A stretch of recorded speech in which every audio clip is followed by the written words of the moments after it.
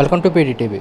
కూటమి ప్రభుత్వం ఏర్పడి 100 రోజులు అవుతుంది. 100 రోజుల పరిపాలన ఎలా ఉంది, ఏదైతే విపత్తు వచ్చిందో ఈ విపత్తులో వరద బాధితులకు కానివ్వండి, ప్రజలకు కానివ్వండి, కూటమి ప్రభుత్వం ఎలా సహాయ చర్యలు అందించిందని చైతన్య రెడ్డి గారు అయితే ఉన్నారు. వారి మాటలను అడిగి తెలుసుకునే ప్రయత్నం చేద్దాం.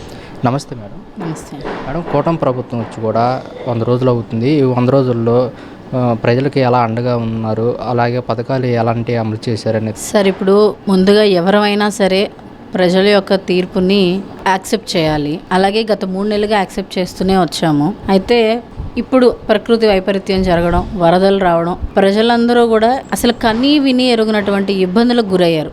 మొత్తం ఇటు భవానీపురం కానివ్వండి, ఉర్మిళా నగరు, సింగినగరు, కండ్రికేట వైపు ఏరియాస్ అన్నీ కూడా పూర్తిగా మునిగిపోయినాయి.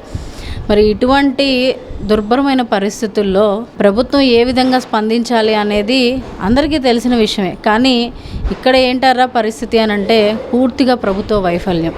ఎక్కడా కూడా కనీసం ఏదో మెయిన్ రోడ్లోకి వస్తున్నారు, ఏదో జనాలకు కాస్త పాలు నీళ్ళు అవి ఇవి ఇస్తున్నారు, వెళ్ళిపోతున్నారు. కొంచెం లోపల సందుల్లో ఉన్నవాళ్ళు, లోపల ఇరుక్కుపోయి ఎక్కడో ఇళ్లలో లోపల ఉన్నవాళ్ళు, బయటికి రానే వాళ్ళు, పీకల లోతు నీళ్ళు ఉండి మునిగిపోయిన వాళ్ళ పరిస్థితి ఏంటి అంటే అగమ్య గోచరం. నిజంగా వాళ్ళ ఆ ఏడుపులు వింటుంటే నిజంగా చాలా బాధ వేస్తూ ఉంది. ఎందుకు అని అంటే ఎవరూ లోపలికి వెళ్ళలేని పరిస్థితి. ఆ టైంలో ఎలోకలగా వాళ్ళ దగ్గరికి రెస్క్యూ టీమ్స్ని పంపించి ప్రతి ఇంటికి కూడా ఏదో ఒకటి చేరేలాగా చూడాలి. గతంలో వైఎస్ఆర్సీపీ ప్రభుత్వం ఉన్నప్పుడు ఇంతకన్నా భయంకరమైన ప్రాబ్లం కరోనా వచ్చింది. అయితే కరోనా ఉన్నప్పుడు కనీసం పొద్దున ఒక 2 గంటలు, సాయంత్రం 2 గంటలు బయటికి రాగలిగాం, కావాల్సిన తెచ్చుకోగలిగాం, వెళ్ళగలిగాం. ఇప్పుడు వరదల పరిస్థితి అది కాదు. పూర్తిగా ఒక వారం రోజులు ఎవరు కూడా ఇళ్లలోంచి బయటికి రాలేని పరిస్థితి, బయటికి వస్తే కొట్టుకుపోయే పరిస్థితి. మరి అంత దారుణమైన కరోనా కన్నా భయంకరమైంది ఏం కాదు కదండి వరద అనేది. కాకపోతే నీళ్ళల్లో ఏదో పడవలు వేసుకుని, ఏదో వెహికల్స్ వేసుకుని వెళ్ళగలిగాం. కరోనా లాంటి విపత్కరమైన పరిస్థితుల్లో కూడా జగన్మోహన్ రెడ్డి గారి యొక్క ప్రభుత్వం కానివ్వండి, ఆనాడు ఉన్నటువంటి వాలంటీర్ వ్యవస్థ కానివ్వండి, ప్రజాప్రతినిధులు కానివ్వండి, నిత్యం ప్రజల్లోనే ఉండి కరోనాను కూడా లెక్క చేయకుండా ప్రజలకు సేవలు అందించినటువంటి పరిస్థితి అది మీ అందరికీ కూడా తెలుసు ఈరోజు, అవునా? మరి ఆ రోజు వాళ్ళకి మెడిసిన్స్ కానివ్వండి, ట్రీట్మెంట్ కానివ్వండి, ఎవరికైనా ఏదైనా ఇబ్బంది అవుతే ఆక్సిజన్ సిలిండర్స్ కానివ్వండి, అలాగే వ్యాక్సినేషన్స్ 3 డోసులు వ్యాక్సినేషన్స్ కానివ్వండి, అన్నీ కూడా అయినప్పటికీ కూడా జగన్మోహన్ రెడ్డి గారి ఆదేశాల మేరకు, ఆనాటి మా నాయకుడు ఆదేశాల మేరకు అందరం కూడా ప్రజల్లోనే ఉన్నాం, ప్రజల కోసం శ్రమించాము, కరోనాని ఎదుర్కొని ఈరోజు బయటపడ్డాం. మరి ఈరోజు వరదలు వచ్చినప్పుడు ఏమైపోయిందండి? ఈ ప్రభుత్వం యొక్క ప్రజాప్రతినిధులందరూ ఏమైపోయారు? లోకల్గా ఉన్నటువంటి మరి ఈ మధ్య కాలంలో గెలిచినటువంటి ఎమ్మెల్యేలు కానివ్వండి, అందరూ కూడా మరి ఈ పరిసర ప్రాంతాల యొక్క ఎమ్మెల్యేస్ అందరూ కూడా ఏమైపోయారు? ఊరికే వచ్చి ఒక సందులో అలా తిరిగేసి వెళ్ళిపోతే కాదు కదా. నిజంగా ప్రజలు ఎక్కడ ఇబ్బంది పడుతున్నారా అనేది తెలుసుకోవాలి. ప్రతి ఇంట్లో మధ్యతరగతి, దిగువ మధ్యతరగతి ఇళ్ళలో అన్నిట్లో కూడా పూర్తి స్థాయిలో అన్నీ కొట్టుకుపోయినాయి. ఈరోజు వాళ్ళ ఇళ్ళలో ఒక మంచం కానివ్వండి, ఒక టీవీ కానివ్వండి, ఒక ఫ్రిడ్జ్ కానివ్వండి, బేసిక్ అవసరాలన్నింటినీ కూడా కోల్పోయారు వాళ్ళు. మరి అలాంటి వాళ్ళకి నష్టపరిహారం ఏది? ఇస్తాము, అదిగో ఇస్తాం అని ప్రతి ఇంటికి వెళ్ళి రాసుకుని వెళ్ళారు. అంతవరకు బాగానే ఉంది. ఇప్పుడు మీరు అన్ని తర్వాత బిల్లులు తీసుకురండి. ఎక్కడి నుంచి తీసుకొస్తారండి ఈ బిల్లులన్నీ? ఇప్పుడు వాళ్ళు అవి తీసుకొస్తే అప్పుడు చేస్తాం అంటున్నారంట. అది కాదు కదా ప్రజలకు కావాల్సింది.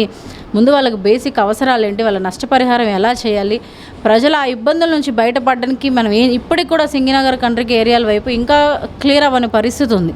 మరి వాటన్నిటిని కూడా ప్రభుత్వం ఏ విధంగా చర్యలు తీసుకుని వాళ్ళని సేఫ్గా బ్రతికేలాగా చూస్తారనేది మనం అందరం కూడా చూడాలి. ఇప్పటికే దగ్గర 10-15 రోజులు అవుతుంది. పూర్తి స్థాయిలో ఎవరికి కూడా వాళ్ళ నుంచి, ప్రభుత్వం నుంచి ఎటువంటి సహాయక చర్యలు సరిగ్గా అందలేదు అనేది మాత్రం ప్రజలందరూ కూడా వాపోతూ ఉన్నారు.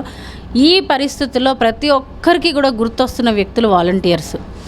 ఏదైతే వాలంటీర్స్ మాకొద్దు, వాలంటీర్స్ మంచోళ్ళు కాదు, వాలంటీర్స్ డేటా రాబరీ చేస్తున్నారు, వాలంటీర్స్ అనేవాళ్ళు గోను సంచులు మోసుకుని వెళ్తారు, ఇట్లా పరిపరి విధాలుగా వాలంటీర్స్ని కించపరిచారు.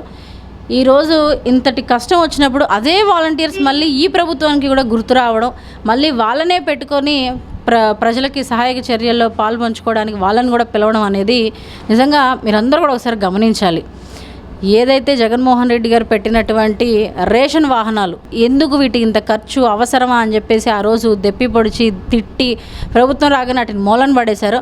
ఈరోజు అవే వాహనాలు దిక్కని ప్రజలకు నిత్యావసర సరుకులు పంపించాలన్నా, ప్రజలకి ఆ వాటర్లోకి వెళ్ళి వాళ్ళకి ఏదైనా ఇవ్వాలన్నా సరే అవే వాహనాలు పనికొచ్చి, ఏదైతే జగన్మోహన్ రెడ్డి గారు మానస పుత్రులు ఉన్నారో వాలంటీర్స్, వాళ్ళని ఎవరైతే వద్దన్నారో వాళ్ళే ఈరోజు మళ్ళీ వాలంటీర్స్ని పిలిపించుకొని వాళ్ళ చేతే మళ్ళీ ప్రజల్లోకి పంపించే సహాయక చర్యల్ని అందేలా చేశారు. మరి దీన్ని బట్టి ప్రజలందరూ కూడా అర్థం చేసుకోవాలి, ఈరోజు జగన్మోహన్ రెడ్డి గారి ప్రభుత్వంకి అప్పుడు ఎలా ఉంది, ఇప్పుడు ఎలా ఉంది అంటే బిఫోర్ 2024 ఆఫ్టర్ 2024 ఎట్లా ఉంది ప్రభుత్వం అనేది ప్రజలందరూ కూడా ఒకసారి గమనించుకోవాలి.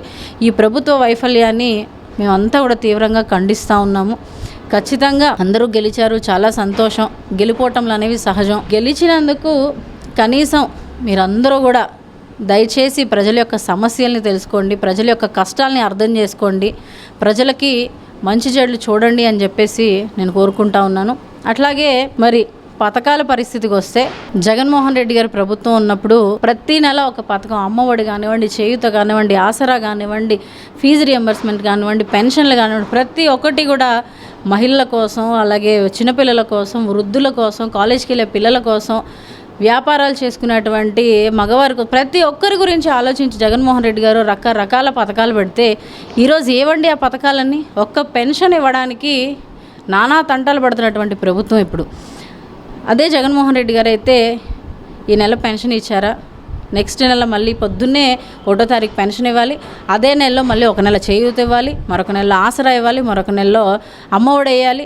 నెల ఎక్కడ కూడా కరోనా లాంటి విపత్కరమైన పరిస్థితుల్లో కూడా ఆయన ఏ రోజు కూడా ఆయన ప్రజలకు ఇచ్చినటువంటి మాటని మర్చిపోలేదు, ఆయన బాధ్యతని మర్చిపోలేదు.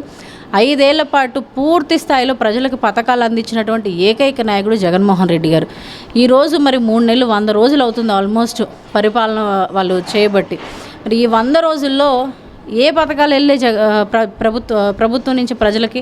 ఒక్క పెన్షన్ వెళ్ళింది, అంతకు మించి వేరే ఏ పథకం వెళ్ళింది అని చెప్పేసి కూడా మేము వాళ్ళని ప్రశ్నిస్తూ ఉన్నాం. అలాగే ఇప్పుడు చాలామంది మాట్లాడుతూ ఉన్నారు, మా దగ్గర డేటా లేదు, ఆ డేటాని గ్యాదర్ చేసుకొని నెక్స్ట్ 2025 సంవత్సరం నుంచి మేము అన్నిటినీ కూడా రీస్కెడ్యూల్ చేసుకొని చూసుకొని అప్పుడు ఇస్తాం. ఇప్పుడు ఒక సంవత్సరం అయిపోద్దా, ఇంకో 4 ఏళ్ళు మిగులుతాయి. ఈ 4 ఏళ్లలో మళ్ళీ ఇంకెన్ని రీజన్స్ చెప్తారో, ఇంకెన్ని ప్రజలకి ఏదో ఒకటి చెప్పడం, మాయపుచ్చడం, పథకాలన్నింటినీ కూడా ప్రజలకు ఇవ్వకుండా తప్పించుకోవడమే ఈ ప్రభుత్వం యొక్క లక్ష్యం అని చెప్పేసి మాకు అర్థమవుతా ఉంది. దయచేసి మిమ్మల్ని నమ్మి మీరేదో చేస్తారు అని చెప్పేసి మిమ్మల్ని నమ్మి ఓటేసిన ప్రజల్ని మీరు మోసం చేయకుండా, వాళ్ళకి ఏదైతే మాట ఇచ్చారో, ఏ విధంగా అయితే వాళ్ళకి మీరు అండగా ఉంటానన్నారో ఆ విధంగా మీరు ప్రజలకు అండగా ఉండాలని చెప్పేసి. ఎంతసేపటికి 3 నెలల నుంచి ఏం జరుగుతుందర్రా అంటే రాష్ట్రం మొత్తం నలుమూలలా కూడా వైఎస్ఆర్సీపీలో ఉండేటువంటి నాయకుల్ని కానివ్వండి, కార్యకర్తలను కానివ్వండి, వీళ్ళందరినీ టార్గెట్ చేయడం, వాళ్ళ మీద అనవసరమైన కేసులు పెట్టడం, ఎక్కడ పడితే అక్కడ వాళ్ళని సంబంధం లేకుండా చితక్కొట్టడం, కొంతమందిని అడ్డంగా నడి రోడ్డు మీద నరికేయడం, ఈ విధంగా క్రైమ్ రేట్ పెంచుకుంటూ పోతూ ఉన్నారు. ఏమన్నంటే జగన్ని వదిలేదు లేదు, జగన్ వెనకాల ఉన్నటువంటి ఫ్యామిలీ మెంబర్స్ని, అంటే మా కార్యకర్తల్ని కానివ్వండి, లేకపోతే మా నాయకుల్ని కానివ్వండి, మమ్మల్ని ఎవరిని కూడా వదిలే పరిస్థితి లేదు. అందరినీ కూడా మొత్తం ఒకసారిగా క్లోజ్ చేయాలి. అసలు వైఎస్ఆర్సీపీ కానీ జగన్ అనే వ్యక్తి కానీ ఉండకూడదు మాట్లాడుతున్నారే తప్ప, ఇవన్నీ పక్కన పెట్టేసి సరే వాట్ ఎవర్ మేము గెలిచాము, ప్రజలు తీర్పు ఇచ్చారు, మమ్మల్ని నమ్మారు, మాకు ఓట్లు వేశారు అని ఒక్కసారి ఆలోచించి ప్రజలకి నేను మరి ఇప్పుడు పథకాలన్నీ ఇస్తామని చెప్పేసి చక్కగా మేనిఫెస్టో ఇచ్చారు.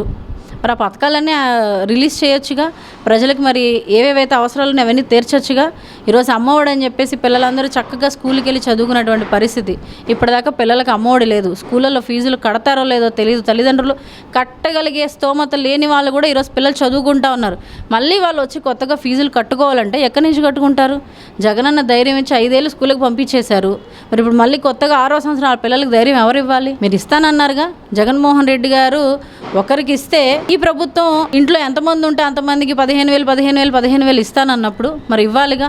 కనీసం ఒక్కరికి కూడా ఇవ్వకుండా ఈరోజు అమ్మఒడి అనే పేరే తీసేసి తల్లికి వందనం అని పెట్టి నిజంగా ఆ తల్లికి ఇంకా నేను ఆ మాట చెప్పకూడదు, నిజంగా అందరినీ కూడా మోసం చేస్తున్నటువంటి పరిస్థితి. ఇప్పటికైనా మీరందరూ కూడా ఆలోచించండి. ప్రభుత్వం ఒకసారి ప్రజల గురించి ఆలోచించి చక్కటి నిర్ణయం తీసుకొని వాళ్ళకి ఇవ్వాల్సినటువంటి పథకాలను ఇస్తే ప్రజలు సంతోషంగా ఉంటారని చెప్పేసి మేము మిమ్మల్ని వేడుకోవడం జరుగుతూ ఉంది.